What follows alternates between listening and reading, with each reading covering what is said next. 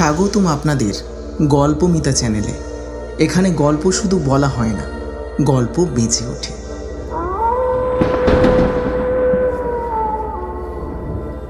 ভয়ঙ্কর অন্ধকার রাতের হরর কাহিনী, মনের গভীরে নাড়া দেওয়া রোম্যান্টিক গল্প আর রহস্যের জালে বাঁধা গোয়েন্দা কাহিনী সব কিছুই শোনাতে চলেছি আমরা আপনাদের।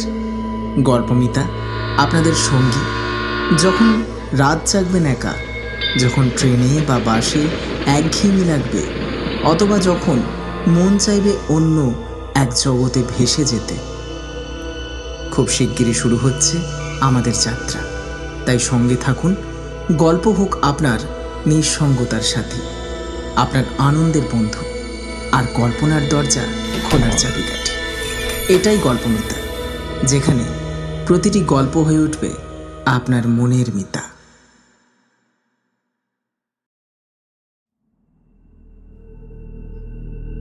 অন্ধকার ঘরে বসে আছো তুমি। আলো নিভে গেলে চারপাশটা কি সত্যিই খালি থাকে? আয়নায় তোমার প্রতিফলন, সেটা কি কেবল তুমি, নাকি সেখানে লুকিয়ে আছে আয়নার মানুষ? স্বাগতম গল্পমিতা হরর স্টোরিসে।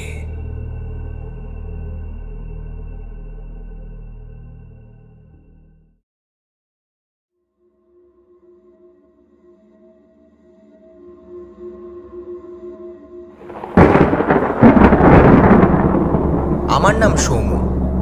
বছরের পর বছর ভাড়া বাড়িতে থাকতে থাকতে বিরক্ত হয়ে গিয়েছিলাম। অবশেষে শহরের দক্ষিণে একটা পুরনো ফ্ল্যাটে উঠলাম। ফ্ল্যাটটা বেশ বড়।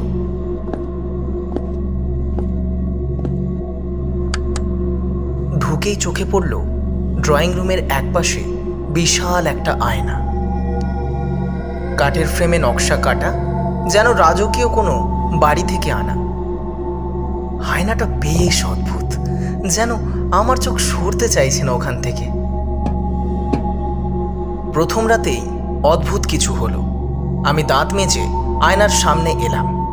আমি যখন হাত তুললাম, আয়নার মানুষ হাত তুলল 2 সেকেন্ড পরে।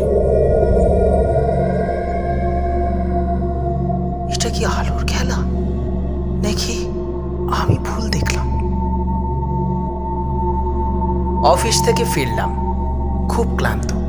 আয়নার সামনে দাঁড়িয়ে হেসে নিজেকে দেখছিলাম, কিন্তু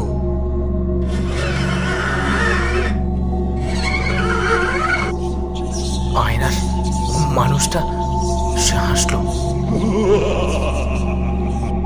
কিন্তু তার দাঁতে রক্ত আর চোখ শূন্য কালো। এদিকে আয়না খুলে দে, আমি তোকে দেখছি। কে আছো? আমি আলো জ্বালালাম, কিন্তু ঘরে কেউ নেই। শুধু আয়নায় একটা ছায়া দাঁড়িয়ে আছে। তুই বন্দি, আসল সৌম্য আমি। না, তুই আমি নোস, তুই শুধু প্রতিফলন। তুই ভুল করছিস, তোর জায়গায় আমি থাকবো। তুই আয়নার ভেতরে চিরদিনের জন্য। না না, আমায় ছাড়ো।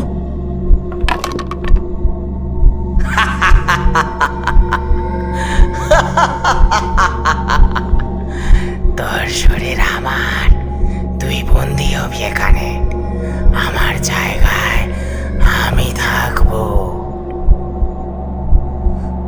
না না, আমায় ছেড়ে দে।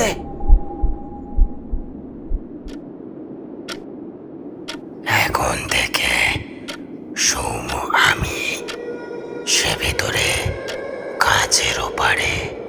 কেউ জানবেও না আসল আর নকল কারা। আজ রাতে যদি তুমি আয়নায় তাকাও, হয়তো দেখবে তোমার প্রতিফলন, যেটা তোমার চেয়ে আগে আসছে।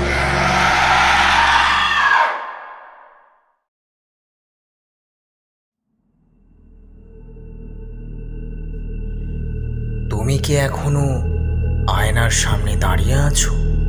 সাবধান, হয়তো এখনই তোমার পিছনে দাঁড়িয়ে আছে। এই ভয়ঙ্কর গল্পটি পাঠ করেছেন তনয় ঘোষ। আরও ভয়ঙ্কর ভয়ঙ্কর গল্প শুনতে আমাদের চ্যানেল গল্পমিতাকে লাইক, শেয়ার আর সাবস্ক্রাইব করতে ভুলবে না। আর যদি গল্পে কোথাও কোনো ভুল বা অসুবিধা হয়ে থাকে, আমাদের শ্রোতাদের কাছে আমরা আন্তরিকভাবে ক্ষমা প্রার্থী। আবার দেখা হবে অন্ধকারে।